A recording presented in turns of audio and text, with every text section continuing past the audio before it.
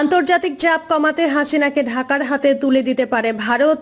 গুম খুনের কয়েকশো মামলায় শেখ হাসিনার স্থান হবে কারাগারে, হতে পারে মৃত্যুদণ্ড। জানাবো শেখ হাসিনা বাংলাদেশের কি কি সর্বনাশ করলেন, এবং সর্বশেষ জানাবো ডক্টর ইউনূসকে হিউম্যান রাইটস ওয়াচের চিঠি। জুলাই আন্দোলনে প্রাণহানির ঘটনায় সুষ্ঠু তদন্তে জাতিসংঘের রূপরেখা চাওয়ার আহ্বান। এতক্ষণ শুনছিলেন সংবাদ শিরোনাম, এবার বিস্তারিত। আন্তর্জাতিক চাপ কমাতে হাসিনাকে ঢাকার হাতে তুলে দিতে পারে ভারত। গুম খুনের কয়েকশো মামলায় শেখ হাসিনার স্থান হবে কারাগারে, হতে পারে মৃত্যুদণ্ড। শেখ হাসিনার সবচেয়ে কাছের বন্ধু ভারতের প্রধানমন্ত্রী নরেন্দ্র মোদী এখন তাকে আশ্রয় দিতে ভরসা পাচ্ছেন না। অথচ শেখ হাসিনা তার নিজের গদি টিকিয়ে রাখার স্বার্থে ভারতের কাছে দেশকে বিকিয়ে দিতে সামান্যতম দ্বিধাও করেননি। বাংলাদেশের পররাষ্ট্রমন্ত্রী ডক্টর এ.কে. মোমেন একসময় বলেছিলেন, ভারতের সাথে আমাদের স্বামী স্ত্রীর মতো সম্পর্ক। দুদেশের সম্পর্কের গভীরতা বোঝাতে তিনি সম্ভবত এই মন্তব্য করেছিলেন। কিন্তু আমরা দেখতে পাচ্ছি পরিবর্তিত পরিস্থিতিতে সম্পর্কের এই গভীরতা কোনো কাজেই আসেনি। বাংলাদেশের বর্তমান পরিস্থিতিতে হাসিনার বন্ধুত্ব নাকি কূটনৈতিক বন্ধুত্ব, কোনটা রাখবে এজন্য দোটানায় ভারত। কারণ বিক্ষোভ দমনে বহু মানুষের মৃত্যু হয়েছে। এছাড়াও ভোটাধিকার ও বাক স্বাধীনতা হরণ, মানবাধিকার লঙ্ঘন, দুর্নীতি ও অর্থ পাচার, রাষ্ট্রীয় প্রতিষ্ঠানগুলোকে ধ্বংস করা, ঋণের নামে ব্যাংক লুটের সুযোগ দেয়া সহ অসংখ্য অভিযোগ শেখ হাসিনার বিরুদ্ধে। মাথার ওপর খাড়ার মতো ঝুলে আছে পিলখানা হত্যাকাণ্ড, শাপলা চত্বর হত্যাকাণ্ড ইত্যাদি। 16 জুলাই আন্দোলন চলাকালে পুলিশের গুলিতে মারা যায় রংপুর বেগম রোকেয়া বিশ্ববিদ্যালয়ের ইংরেজি বিভাগের ছাত্র আবু সাইদ। সরকারের বর্বর দমন পীড়নের প্রতিবাদে নানা ধাপে প্রায় 400 মানুষের প্রাণহানি ঘটে। এর জেরে হাসিনার বিরুদ্ধে গণহত্যার মামলা করতে পারে, ফলশ্রুতিতে তার মৃত্যুদণ্ড হতে পারে। যে জন্য তাকে রাজনৈতিক আশ্রয় দিলে কূটনৈতিক প্রক্রিয়ায় বাংলাদেশের নতুন সরকার শেখ হাসিনাকে ফেরত চাইবে। উল্লেখ্য, ইতোমধ্যেই বৈষম্য বিরোধী ছাত্র আন্দোলনের নেতৃবৃন্দ দেশত্যাগী হাসিনার বিরুদ্ধে আইনি পদক্ষেপের দাবিও জানিয়ে দিয়েছে। সেক্ষেত্রে হাসিনার বিষয়ে ভারতের অবস্থান হবে শ্যাম রাখি না কুল রাখি। ফলে নয়াদিল্লিতে হাসিনা আদৌ থাকতে পারবেন কিনা তা নিয়েও ঘোরতর সন্দেহ রয়েছে। হাসিনাকে ভারতে আশ্রয় না দেওয়ার পক্ষে আরও যুক্তি রয়েছে। তা হল পরিকাঠামো এবং অন্যান্য ক্ষেত্রে প্রচুর ভারতীয় বিনিয়োগ রয়েছে বাংলাদেশে। যে সরকারি ক্ষমতায় আসুক বা যারাই দেশ চালাক, ভারতকে নিজের স্বার্থে তাদের সঙ্গে সুসম্পর্ক বজায় রেখে চলতে হবে। এক্ষেত্রে হাসিনার জন্য কোনোভাবেই যেন কোনো প্রতিবন্ধকতা সৃষ্টি না হয়, সেটাও মাথায় রাখতে হচ্ছে মোদীকে। শেখ হাসিনা বাংলাদেশের কি কি সর্বনাশ করলেন?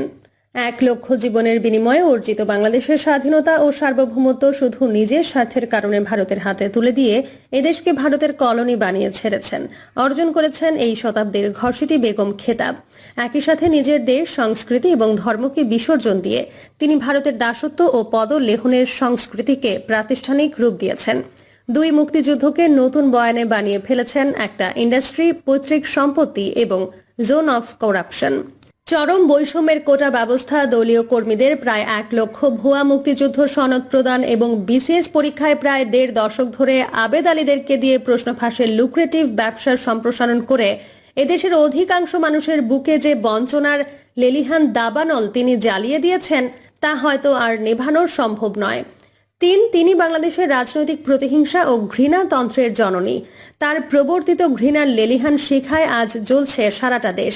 কখনো লগি বৈঠার তাণ্ডবে, কখনো চাপাতির আঘাতে, আবার কখনো পুলিশ, র্যাব কিংবা বিজিবির নির্বিচার নৃশংস গুলিতে। তারই ছত্রছায়ায় বাংলাদেশে ছড়ানো হয়েছে ভয়ঙ্কর ইসলাম ভীতি, মুসলমানদের বানানো হয়েছে জঙ্গি, পোড়ানো হয়েছে পবিত্র কোরআন, হত্যা করা হয়েছে শত শত আলেমদেরকে, ফাঁসিতে ঝোলানো হয়েছে এই বঙ্গের শ্রেষ্ঠ সন্তানদেরকে। রিমান্ডে নিয়ে টর্চার, বিচার বহির্ভূত হত্যাকাণ্ড, ক্রসফায়ার এবং গুম সহ মানবাধিকার লঙ্ঘনের খতিয়ানগুলো হাজার বছরের ইতিহাস হয়ে থাকবে। বিশ্বের প্রথম লেডি হিটলার হিসেবে তিনি অমর হয়ে থাকবেন দুনিয়ার ইতিহাসে। 5 তার হিংসা ও ঘৃণাতন্ত্রের ছোবলে পুরো দেশ একসময় ছিল আস্তিক নাস্তিক বলয়ে বিভক্ত এবং চরম ফেতনাতে নিমজ্জিত। আজ বিভক্ত মুক্তিযোদ্ধা আর রাজাকারের বাচ্চায় চেতনার নামে স্বাধীনতার পক্ষ বিপক্ষ দ্বন্দ্ব তৈরি করে পুরো দেশকে নিশ্চিত সংঘাত এবং গৃহযুদ্ধের দিকে ঠেলে দিয়েছেন। দেশের পুরো রাজনীতিকে 1971 সালে লৌহ পিঞ্জরের আবদ্ধ করে অন্যান্য সকল দল, মত এবং পথকে ক্রিমিনালাইজ করে গণতন্ত্রকে কবর দিয়ে সামনে এগিয়ে যাওয়ার সকল পথ বন্ধ করে রেখেছেন, প্রতিষ্ঠা করেছেন এশিয়া মহাদেশের প্রথম লুটতান্ত্রিক ফ্যাসিবাদ। 6 দেশের মানুষের শেষ আশ্রয়ে বিচার বিভাগকে সম্পূর্ণরূপে ধ্বংস করে তিনি আওয়ামী লীগের দলীয় কার্যালয়ে পরিণত করেছেন। হাইকোর্টের রায় হাইকোর্ট দেয় না আসে বঙ্গভবন থেকে, এমনই স্বীকারোক্তি মিলেছে তারই পোষা এক প্রধান বিচারপতির থেকে। 7 তার দলীয় কর্মী, বিশেষ করে ছাত্রলীগ এবং যুবলীগকে বানিয়ে ফেলেছেন এ যুগের ভয়ঙ্কর এবং বিভৎস সন্ত্রাসী এবং কিলার মেশিন। ক্যাম্পাসে টর্চার সেল গঠন করে ভিন্ন মতের ছাত্র নির্যাতন, লগি বৈঠা দিয়ে হত্যা করে লাশের ওপর নৃত্য করা, হত্যা করে লাশ কেটে টুকরো টুকরো করা, এই ধরনের হাজারো লোমহর্ষক কাহিনী আছে এই সন্ত্রাসী বাহিনীর। শেখ হাসিনা এদের সবাইকে দিয়েছেন লিগ্যাল ইমিউনিটি, এমনকি ফাঁসির আসামি হয়েও এরা পেয়েছেন প্রেসিডেন্টের বিশেষ ক্ষমা, লোভনীয় চাকরি এবং প্রমোশন। আজ তিনি বাংলাদেশের প্রথম গণহত্যার জননী। অন্তত 6টি গণহত্যা সংগঠিত হয়েছে তারই শাসনামলে। 28 অক্টোবরের লগি বৈঠার তাণ্ডব, শাপলা চত্বর, পিলখানা, সাইদির রায় পরবর্তী ম্যাসাকার, সাতক্ষীরা ম্যাসাকার এবং বর্তমানের কোটা বিরোধী নিরীহ ছাত্রছাত্রীদের ওপর সীমাহীন নির্যাতন এবং নিষ্ঠুর হত্যাযজ্ঞ হাজার বছর ধরে গণহত্যার সাক্ষী হয়ে থাকবে। এই কিলিং মিশনে দেশীয় কিলারদের পাশাপাশি তিনি ভাড়া করে এনেছেন র এর প্রফেশনাল কিলারদেরকে। নয় একচ্ছত্র ক্ষমতা এবং একদলীয় শাসন কায়েম করতে গিয়ে তিনি দেশের প্রায় প্রতিটা প্রতিষ্ঠানে ধ্বংসের দ্বার প্রান্তে এনেছেন। দেশের প্রতিরক্ষা বাহিনীকে ধ্বংস, দুর্বল, বিতর্কিত এবং দলীয়করণে তিনি ইতিহাসে কুখ্যাত হয়ে থাকবেন।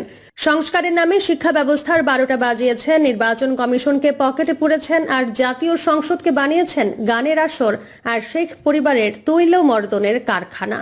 10 রিজার্ভ চুরি, ব্যাংক লুট, শেয়ার বাজার কেলেঙ্কারি, বিদেশে অর্থ পাচার সহ সীমাহীন দুর্নীতি এবং অব্যবস্থাপনার যে রেকর্ড শেখ হাসিনার আমলে হয়েছে তার ধারের কাছে দুনিয়ার অন্য কেউ আসতে পারবে কিনা সন্দেহ।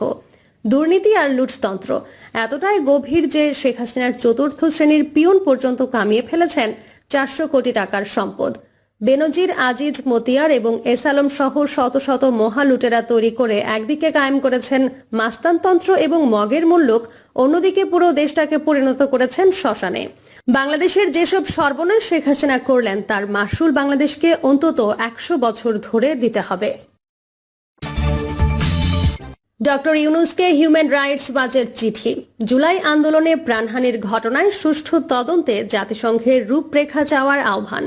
বাংলাদেশে জুলাই আন্দোলনকে কেন্দ্র করে প্রাণহানির যে ঘটনা ঘটেছে তার সুষ্ঠু তদন্তে জাতিসংঘের রূপরেখা চাওয়ার আহ্বান জানিয়ে প্রধান উপদেষ্টার কাছে চিঠি দিয়েছে নিউ ইয়র্ক ভিত্তিক মানবাধিকার সংগঠন হিউম্যান রাইটস ওয়াচ। চিঠিতে বলা হয়েছে, বাংলাদেশের সাম্প্রতিক গুরুতর নির্যাতনের তদন্ত ও জবাবদিহিতার জন্য একটি স্বাধীন প্রক্রিয়া প্রতিষ্ঠার জন্য জাতিসংঘ মানবাধিকার কাউন্সিলের আসন্ন অধিবেশনে বাংলাদেশের অন্তর্বর্তী সরকারের রূপরেখা চাওয়া উচিত। প্রিয় দর্শক, এই ছিল এখনকার সর্বশেষ সংবাদ। আপডেট সব সংবাদ পেতে চ্যানেলটি সাবস্ক্রাইব করে বেল আইকনটি ক্লিক করে রাখুন।